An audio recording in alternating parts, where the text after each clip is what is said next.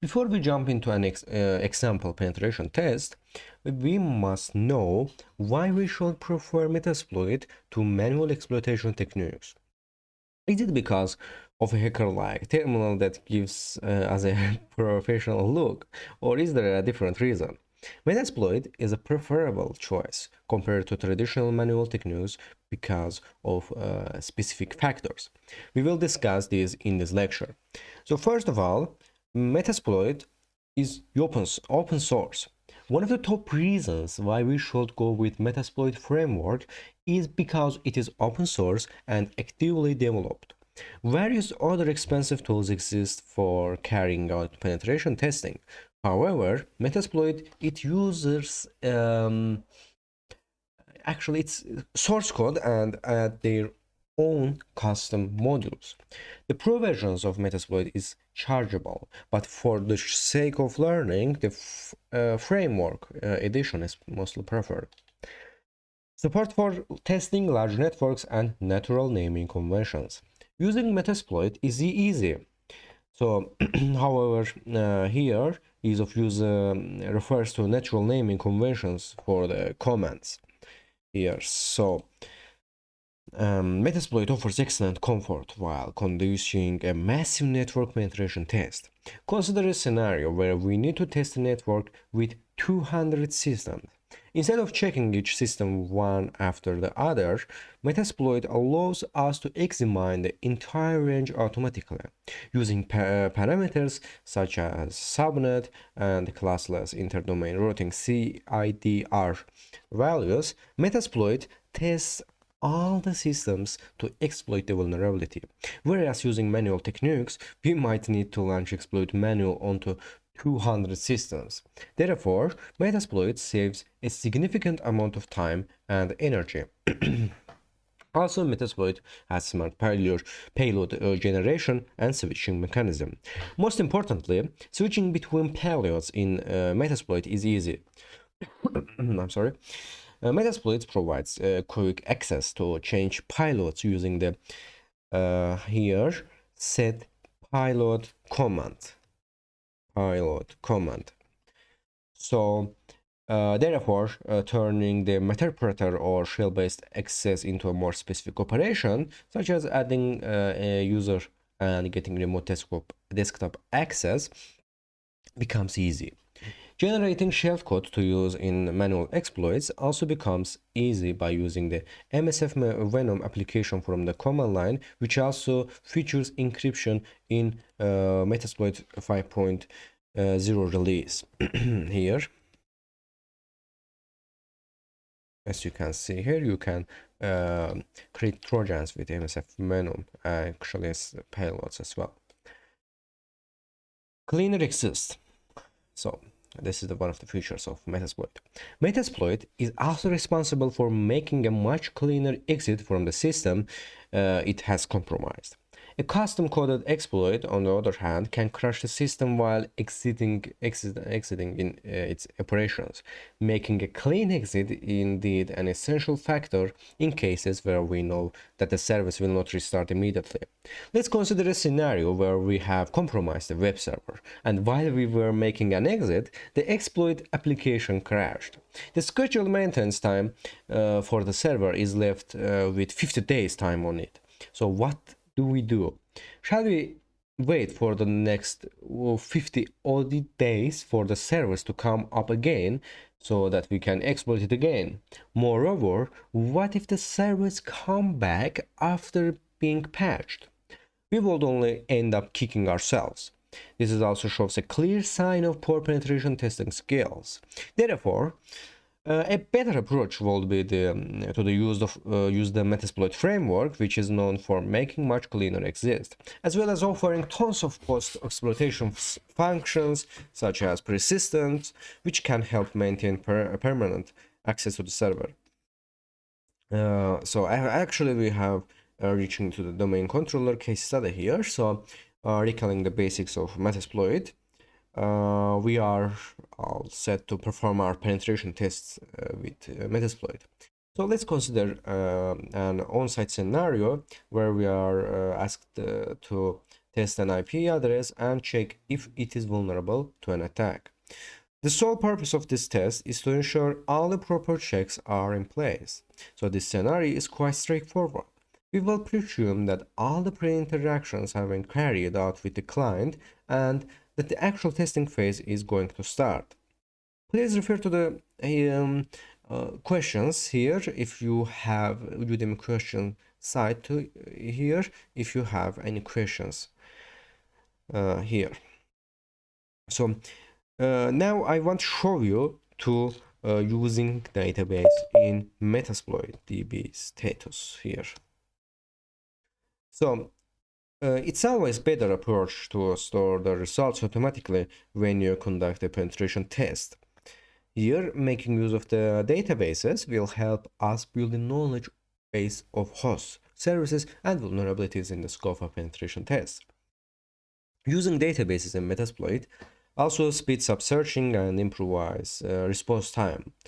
So Metasploit 6.0 relies heavily on data services such as PostgreSQL, SQL database, and web servers.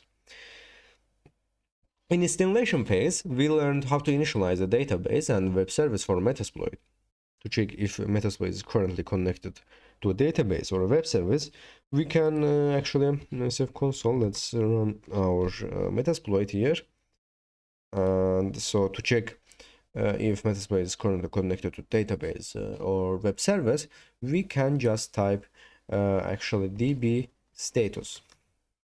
So as you can see here, connected to remote data service to localhost, connection type is HTTP, connection name is local HTTPS data service. So let's open this link, and as you can see here, we have get command in it.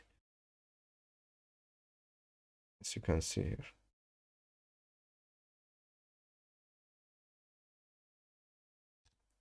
So there might be situations where we want to connect to a separate database or web service rather than the default Metasploit database. In such cases, we can make use of the DB Connect here. DB Connect. What is it? Password case don't send. So in such situations, we can use DB Connect and help. Connect and help. As you can see here, we can, there is a HTTP possible connection commands here. This is the examples, and this is the examples here. So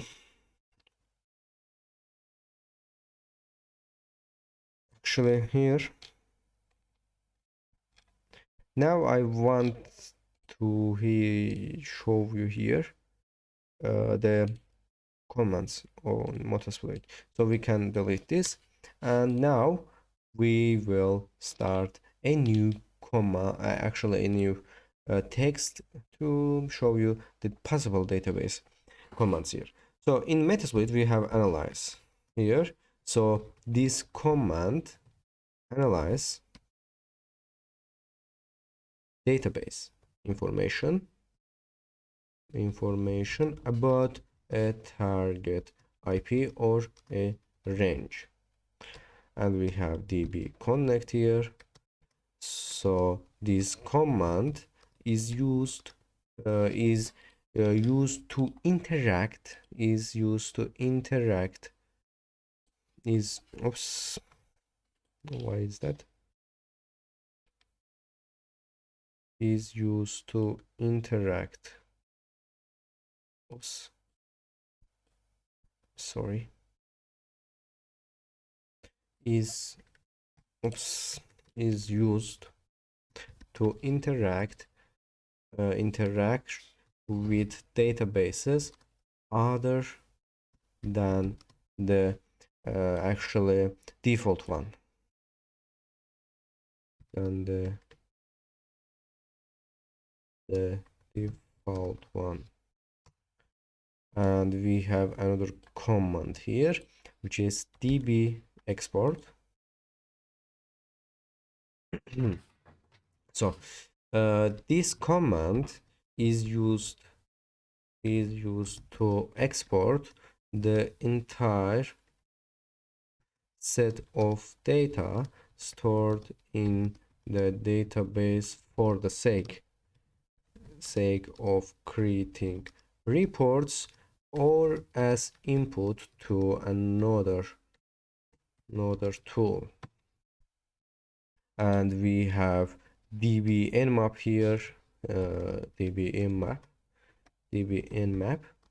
So this command, actually this db nmap command is used for scanning the target with nmap and storing the results in the Metasploit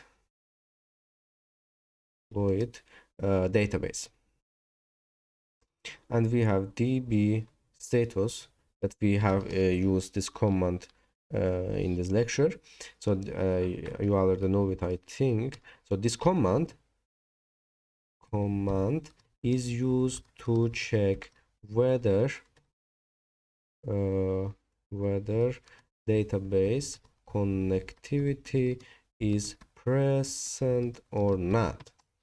And we have disconnect. We have just a few that I want to talk about here. So db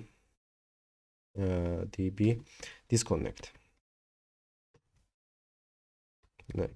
So this command is used to disconnect from a particular database.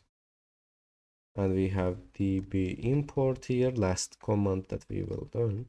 This command is used to import results from other tools, like these are such as Nisus, Nmap, and actually others. So now actually we have 2 or 3 commands that I want to help here. Actually, we have few commands to write here, which is database rebuild cache. So this command is used to rebuild the cache if the earlier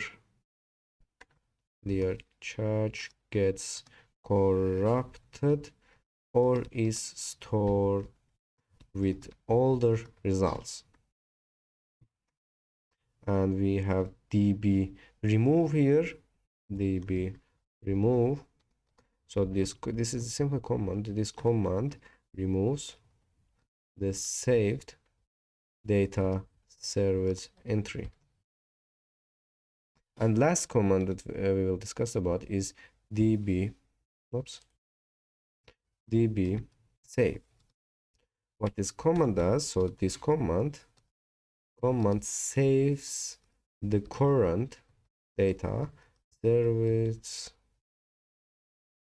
with entry as the default, so that on its next startup it reconnects to this service by default. Actually, this okay. So when starting a new penetration test, it's always good to separate previously scanned hosts and their respective data from the new penetration test so that they don't get merged. So we can do this in Metasploit before starting a new penetration test by making use of the workspace command, like that. Here, let's change workspace.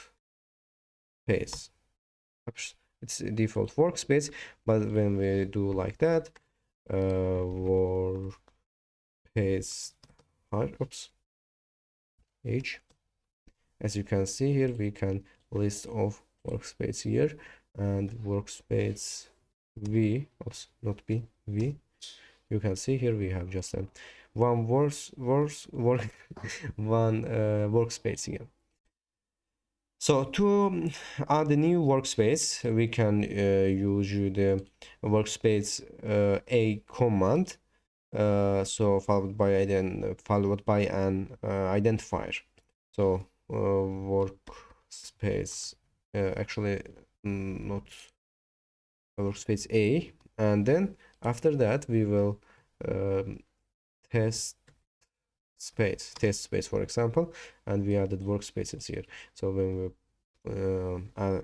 we execute this command workspace, you can see here we have default, and we have default workspace, and we have test space workspace. So here we can see that we have successfully created a new workspace using the this a switch. So let's switch the workspace by merely using the workspace command. So for the workspace name here, for example, actually we can also change this workspace after writing this command. Just enter your created workspace name. For example, in my case, this is the test space. As you can see here, we are now in test space workspace. So when we write like that, workspace, as you can see here, we are working in workspace test space now.